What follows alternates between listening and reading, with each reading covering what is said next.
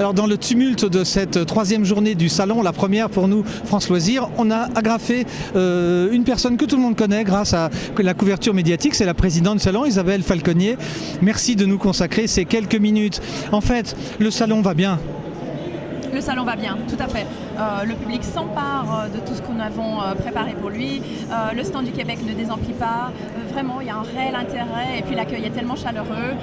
Toutes nos scènes thématiques attirent leurs lecteurs, polar, young adultes, jeunesse. Non, ça fonctionne bien. Le monde du livre est inépuisable et ça le prouve chaque année ici. Bon, alors on s'attendrait à évidemment pas que vous nous disiez que ça va pas.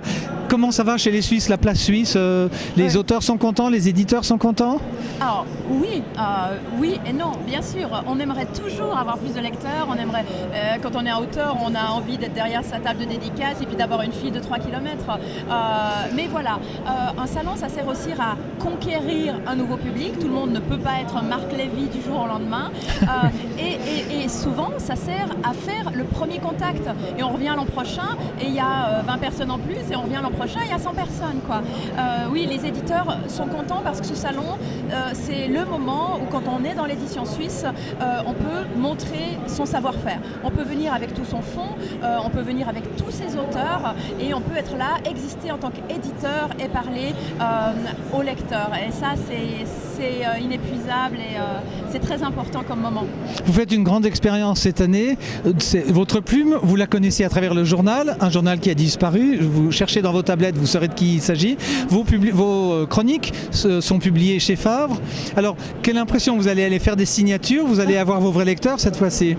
Je vais passer effectivement de l'autre côté. 1 heure dimanche de l'autre côté.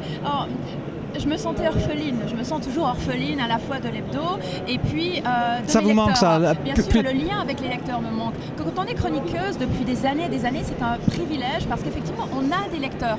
Je ne suis pas romancière, mais je vis de ma plume en partie et une chronique permet de créer un lien émotionnel, intellectuel, affectif très fort avec des lecteurs sur des années parce que chaque semaine on leur donne rendez-vous, ensuite ils nous écrivent, qu'ils soient contents ou pas contents, d'ailleurs ils nous écrivent. Et j'aime ce dialogue-là et publier ce recueil de 100, d'une sélection de 100 ça couvre combien d'années d'ailleurs?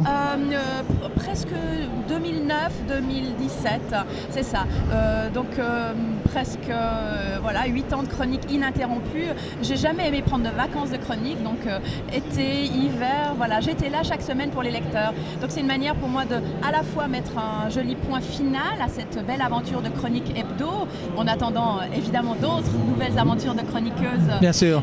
Et puis c'est une manière aussi de dire à mes lecteurs, on peut encore passer un peu de temps ensemble.